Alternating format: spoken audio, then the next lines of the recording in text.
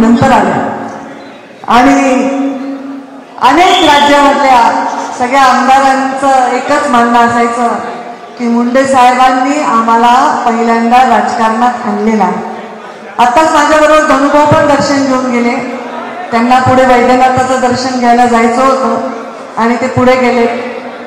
खरं तर माझी तब्येत 3 दिवस इतकी खराब होती, मला प्रचंड ताप, प्रचंड अशक्तपणा होता. तब्येतीचा अंदाज घेऊन प्रीतमताई पुढे निघाल्या. प्रवीणजींचा निरोप होता मला, मी त्यांना व्हिडिओवर दाखवलं, बघा माझी काय हालत आहे. आमचा गेटचा संदीप पाटील फोन करत होता, मी त्याला वॉइस क्लिप पाठवली, अरे बाळा माझी तब्येत बरोबर नाही. तर त्याचा मला मेसेज आला, ताई आमच्या डोळ्यात अश्रू आले, तुमचा आवाज खूप खराब आहे. आत्ता सुद्धा या क्षणाला माझी तब्येत बरोबर आहे. मला ते नाग वेडा काय असते ते झालं. या खांद्यापासून पाठीपासून पूर्ण विळखा आहे.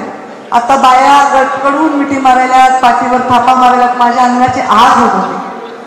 पण मला बाबांचं दर्शन घेणं नाही असं कसं होईल.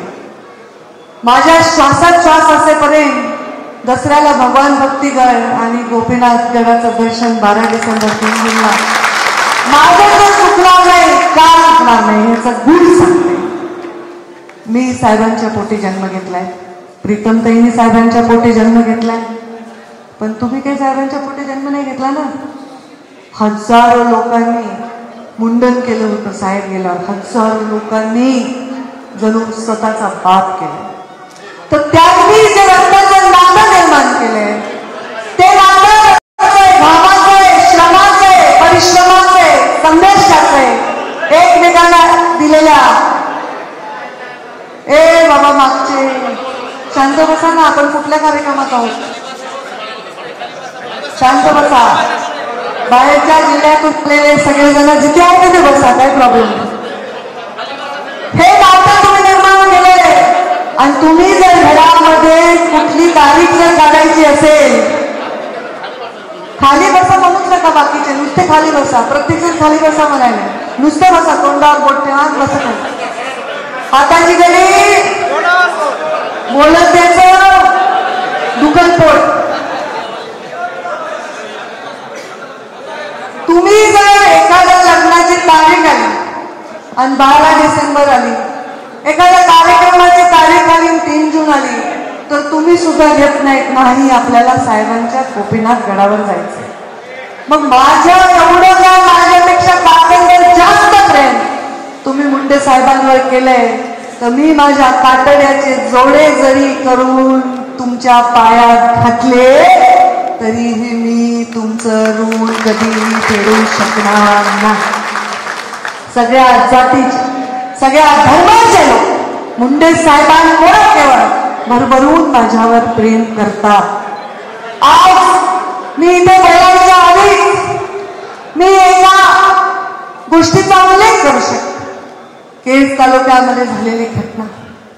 माझा भाऊ लहान, आता या लोकसभेच्या नाही, आधीच्या निवडणुकीत सरपंच होता, माझ्याबरोबर काम केलंय. मी कधी पक्ष पाहिला नाही.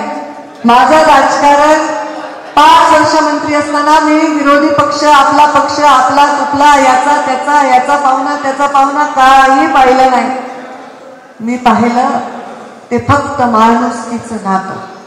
माझ्या जिल्ह्यात जन्मलेल्या प्रत्येक माणसाचा विकासाचा अधिकार आहे, हा विश्वास ठेवून मी काम केलं आणि तो विश्वास कमवण्याचं काम. तो माझा भाऊ कुणाच्या तरी आईच्या पोटचं लेकरू सकाळी घरी निघाले आणि परत घरी आलं नाही. त्या आईच्या यातना एक स्त्री समजू शकते. त्या आईच्या दुःखामध्ये मी सहभागी आहे. त्या घरामध्ये असणाऱ्या प्रत्येक स्त्रीच्या, त्या घरात असणाऱ्या त्याच्या भावाच्या, त्याच्या घरच्या आई वडिलांच्या दुःखामध्ये मी सहभागी आहे. आज अशी परिस्थिती परत बीड जिल्ह्यामध्ये येऊ नये हीच मी ईश्वरचरणी, वैद्यनाथाच्या चरणी प्रार्थना करते आणि मुंडे साहेबांच्या चरणी प्रार्थना करते की अशा परिस्थितीशी लढण्याची सक्षमता आणि शक्ती ही माझ्या लोकांमध्ये. आपण जसे आहोत त्याचाच जसा नेता आहे. आता मी मोठी बहीण आहे, मी बाबा जसे करायचे तसे करायचे. बाबा असे मागे पाठीला हात घेऊन चालायचे, तशी अर्धे लेकरं या परळीमध्ये आमच्या लाथऱ्यामध्ये हो रे राजाई, लाथऱ्यामध्ये हो राहू, तुझं मुलगा दाखवत होता त्या दिवशी बाबा कसे चालते. त्यांनी तर साहेबांना पाहिलंच नाही. आमचा सचिन आहे लाथऱ्याचा, त्याची मुलगी साहेबांसारखं चालून दाखवत. आज या राज्यामध्ये मुंडे साहेबां जसा नेता आहे, जसा कार्यकर्ता आहे, तसाच खाली कार्यकर्ता तयार होत असतो. आपल्या कार्यकर्त्यांवर आम्ही आयुष्यामध्ये चांगले संस्कार करायचा प्रयत्न केलेला आणि माझ्या कार्यकर्त्यांकडून, माझ्या जवळच्या माणसाकडून कोणालाही नख सुद्धा लागलं नाही पाहिजे ही माझी अपेक्षा. माझ्या लोकसभेनंतर सुद्धा मी आवाज केलं, मन मोठं ठेवा. निवडणुका येतात आणि जातात. निवडणुकीमध्ये एखादा माणूस आपल्या विरोधात काम केलं म्हणून त्याच्या जीवावर उठायचं काही कारण नाही. पुढच्या निवडणुकीमध्ये बदल होत असतात. लोक भ्रमात जातात, लोक गंभीर विचार करत असतात प्रत्येक गोष्टीचा आणि एखाद्या दिवशी एखादा चकवा येत असतो राजकारणामध्ये. त्या चकव्याला मागे टाकायचं आहे आणि पुढे जायचंय. मोठं मन, राजासारखं मन ठेवलं पाहिजे आणि मनासारखा राजा लागला पाहिजे. हे प्रत्येकाचं सोनं करायचंय जीवनामध्ये, हेच आमचं कर्तव्य आहे. त्या लेकराचा जीव गेला त्याच्याबद्दल, त्याची जी निर्घृणपणे त्याचा हत्या झाली त्याच्याबद्दल मी अत्यंत तीव्र संताप व्यक्त करते. त्या लेकराचा जीव गेला ह्याच्याबद्दल मनापासून दुःख व्यक्त करते. ते जे ठिकाण आहे ते दुःखाचं ठिकाण आहे, ते कुठल्याही राजकारणाचं ठिकाण आहे. पोटातून मनापासून मी त्या लेकराचा जीव गेला ह्याच्याबद्दल दुःख व्यक्त करते. मी स्वतः देवेंद्र फडणवीसांना बोलले, मी स्वतः एसपींना बोलले आणि मी सांगितलं की याच्यामध्ये जोही कोणी दोषी असेल, जो खरा दोषी असेल, ज्यांनी खरं त्याच्यामध्ये काम ह्या लेकराचा जीव घेतलाय, त्याला कडक शिक्षा झालीच पाहिजे हा माझा आग्रह. आज मी त्या लेकराला श्रद्धांजली वाहते. त्यांनी किती स्वप्न पाहिले असतील, सरपंच, उद्या निवडणूक लढायची, जिल्हा परिषद लढायची, काय काय स्वप्न असतील, ती स्वप्न अशी काढून घ्यायचा अधिकार कोणालाही. तुम्हाला राग आलाय ना, एखाद्याने तुमचं कॉलर धरली ना, तुम्ही पण त्याचा धरा जास्तीत जास्त. एखाद्याने एक ठोकळीत मारली, तुम्ही 2 मारा. एखाद्याचा जीव घ्यायला तुम्ही काही ईश्वर आहेत का, असुर आहेत, राक्षस आहेत? हे चालणार नाही. हे आपल्या जिल्ह्यात चालणार नाही, ह्याचं राजकारण सुद्धा चालणार नाही आणि अशा प्रकारचं वर्तन सुद्धा हे चालणार नाही. त्याबद्दल मी दुःख व्यक्त करते. त्याच्याबद्दल सगळ्या जिल्ह्यातल्या नेत्यांनी सुद्धा दुःख व्यक्त केले. मी अक्षय मुंडरांना फोन केला होता. कुठे गेला अक्षय? मी त्यांना फोन केला. म्हणलं आता बाबा, ते नेहमी मला म्हणते विमलताई नंतर ताई तुम्हीच माझ्या आईच्या जागी आहेत. तर मी म्हणलं आता माझं लेकरू म्हणून तूच जा, कारण माझी तब्येत बिघडलेली होती. मला अंथरुणातून निघता येईना, नागवेड्याचं दुखणं वाईट असतंय, ताप नुसता अशा ठणका. अशा परिस्थितीत डॉक्टर म्हणले कुठे अशा ठिकाणी जाऊ नका, गर्दीत जाऊ नका.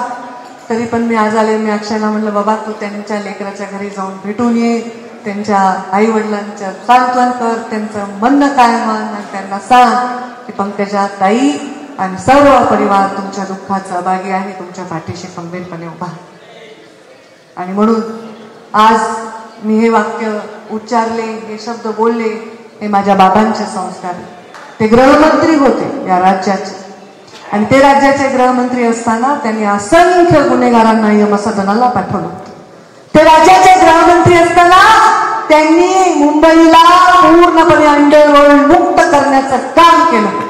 त्यांच्यामुळे अंडरवर्ल्डचे मोठे मोठे गुन्हेगार देश सोडून पळून गेले, ते अजून परत आले नाही. ते मुंडे साहेबांनी, मोठे मोठे रिटायर अधिकारी आज इंटरव्ह्यू मध्ये मुंडे साहेबांचा उल्लेख करतात की मुंडे साहेबांनी ज्या पद्धतीने ग्रह खातं सांभाळलं, मी देवेंद्रजींनाही सांगितलं. अशा घटना सगळ्या राज्यभर जरी घडल्या तरी तेवढ्याच संवेदनशील आहे.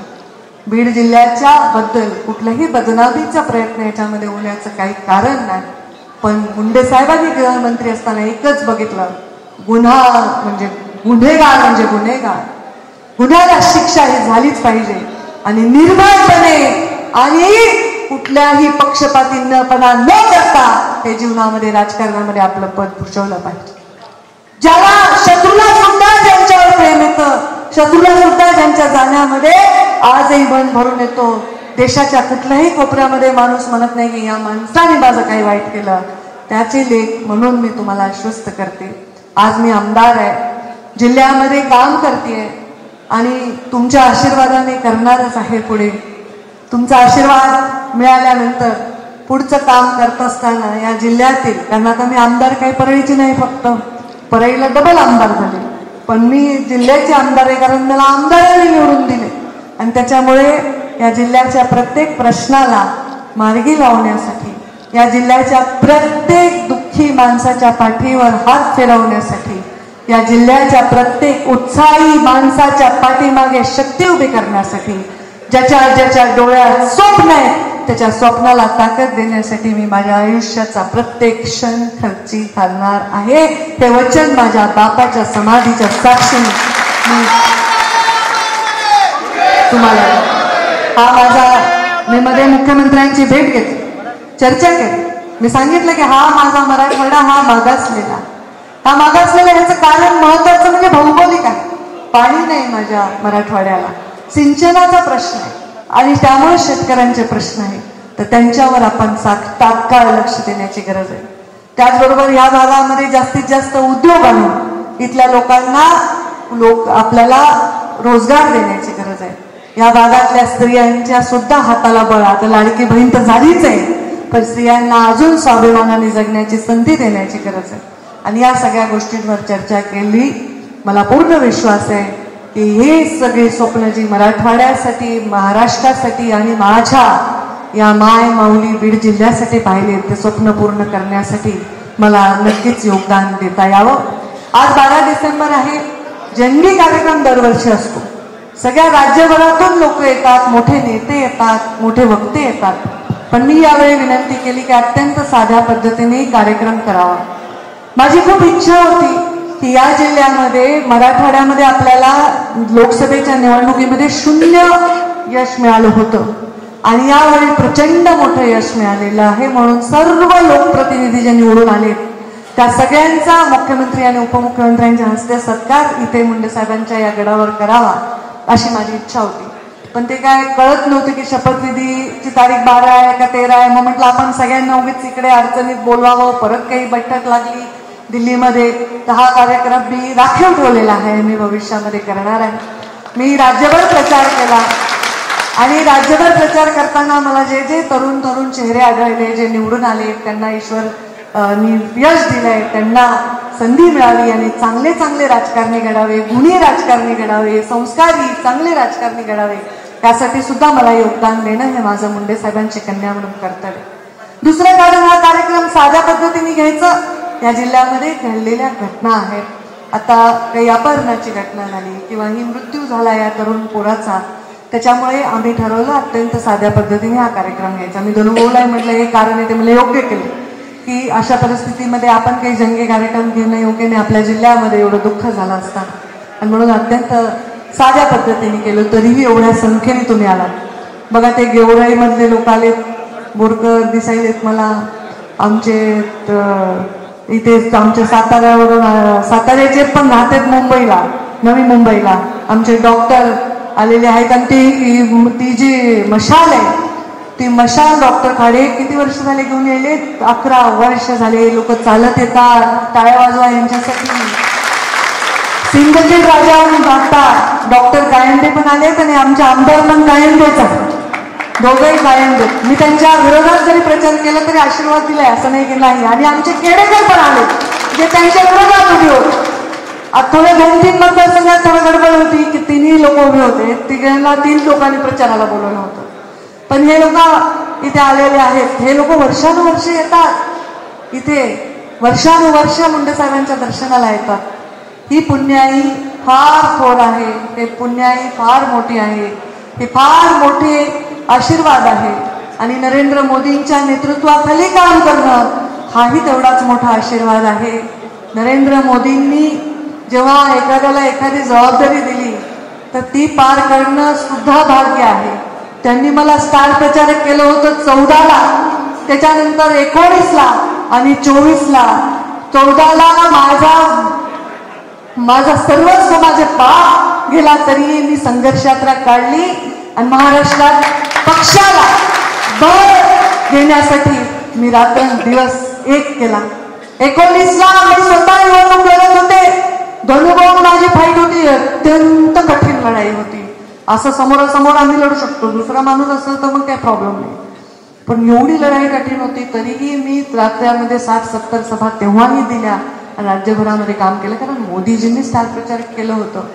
आणि आता सुद्धा माझा स्वतःचा मतदारसंघ जो गोपीनाथ मुंडेंनी जिथे कमळ लावलं तिथे कमळ नाही ही भावना लोकांची असली तरी मी म्हणलं आपलंच आहे, घड्याळ सुद्धा लावा.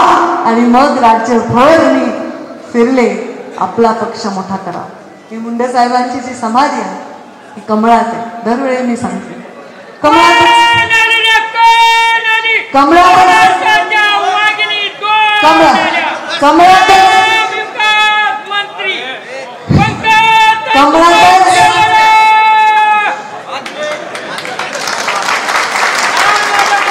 ही समाधी मी कमळातच का बांधली असेल, का मला दुसरं काही नाही सुचलं. पण ती बुद्धी मला कशामुळे दिली देवाने मला माहित नाही. पण ज्या कमळासाठी मुंडे साहेबांनी प्रत्येक श्वास खर्ची घातला, आपल्या जीवनातले सुवर्ण क्षण सुद्धा कमळाला दिले. ना कधी घरात लेकीचा वाढदिवस पाहिला, ना आजारपण पाहिलं, ना दुःख पाहिलं, ना सुख पाहिलं. तिन्ही लेकी आमच्या आईच्या गळ्यात बंधून की तू यांना संस्कार दे, तू यांना एकटा उभी कर, मोठं कर. मी मात्र देशासाठी, राज्यासाठी, राष्ट्रासाठी काम करणार आहे. कारण मी त्या मुशीतून आले, राष्ट्रीय स्वयंसेवक संघाच्या त्या संस्कारातून आले. राष्ट्र प्रथम आणि संघटन आपलं सर्वश्रेष्ठ आहे. अनेक गोष्टी सहन करत करत, अनेक संध्या घेत घेत त्या संधीचं सोनं करत साहेबांचं आयुष्य गेलं. आणि आता साहेबांनी या कमळामध्ये विश्रांती घेतलेली आहे. आणि मला माहित नाही मी किती दिवस चालवू शकेन, माझी लायकी पण नाही याला पेंट करायची. पण तुमच्या सगळ्यांच्या आशीर्वादाने होत असतं. ईश्वराने, बाबांनी, भगवान बाबांनी मला आशीर्वाद द्यावे की ज्या कुळात जन्मले त्या कुळाचा, ज्या वंचित समाजात जन्मले, म्हणजे जात नाही म्हणत बरं का मी, या मराठवाड्यातला मी सगळ्याच वंचित आहे ना. काहीतल्या पाणी काही जात बघून येतं का की बाबा ह्याच्यामुळे येतं, त्याच्या येत नाही, त्याच्या येत नाही, असं नाही ना. सगळेच वंचितच नाही विकासापासून. त्या वंचितात जन्माला आले, ज्या भागात जन्माला आले आणि ज्यांना मी जन्म दिला त्यांचं उत्थान आणि त्यांचा उद्धार करण्याची क्षमता ही माझ्यामध्ये यावी. न्यायदेवतेचा तराजू जसा हातामध्ये असतो आणि त्या तराजूमध्ये खरं खरं आणि खोट्याला खोटं असतं, तसं खरं आणि खरं खोटं करण्याची शक्ती माझ्यामध्ये यावी. आणि आपल्या जीवनामध्ये मुंडे साहेबांनी जो मंत्र दिलाय त्या मंत्राला कधीही मी मुठमाती देऊ नये एवढी माझ्यामध्ये नेहमी शक्ती असावी. काय मंत्र येतो? मी थकणार नाही, मी रुकणार नाही, मी कोणासमोर कधीही झुकणार.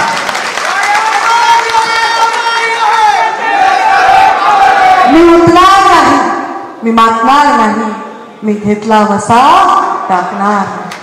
तुमच्यापैकी काही लोकांना हाताने पाठीत धपाटा मारू शकते, काही लोकांना तुझ्या चुकाने तू बाबाच म्हणू शकते. हे बघा हसायला, मी कधी पाठीत खंजीस खुपवणाऱ्याची औलाद नाही. जे आहे ते समोर आहे, जे आहे ते स्पष्ट आहे. खोटेपणा हे माझ्या रक्तात नाही. आणि म्हणून याच्या कमळात माझा बाप विश्रांती घेत आहे. उद्या वेळ आली तर इथेच माझी विश्रांती होईल. हे माझ्या आयुष्याचा प्रवास. त्याच्यामुळे माझ्या मी जेव्हा लहान होते ना, एवढीची पंकुताई म्हणायचे लोक मला, पंकुताई साहेब म्हणायचे पंकुताई. तर एवढी होते तेव्हा मी कुणाला भेटायचे 12-13 वर्षाची असताना. इथं नाही भेटायचे तुम्हाला कोणाला, प्रवीणजी. बाबा म्हणायचे सुंदरलालजी पटवाले, मी मध्य प्रदेशात प्रभारी आहे, अर्धा तास गप्पा मार. बाबा म्हणायचे विजयाराजे शिंदे आले आहेत, त्यांच्याशी बस चहा पाणी कर. या राज्यामध्ये, या देशामधले मोठे मोठे नेते 12-13 वर्षाचे असताना मी त्यांचा पाहुणचार केलाय.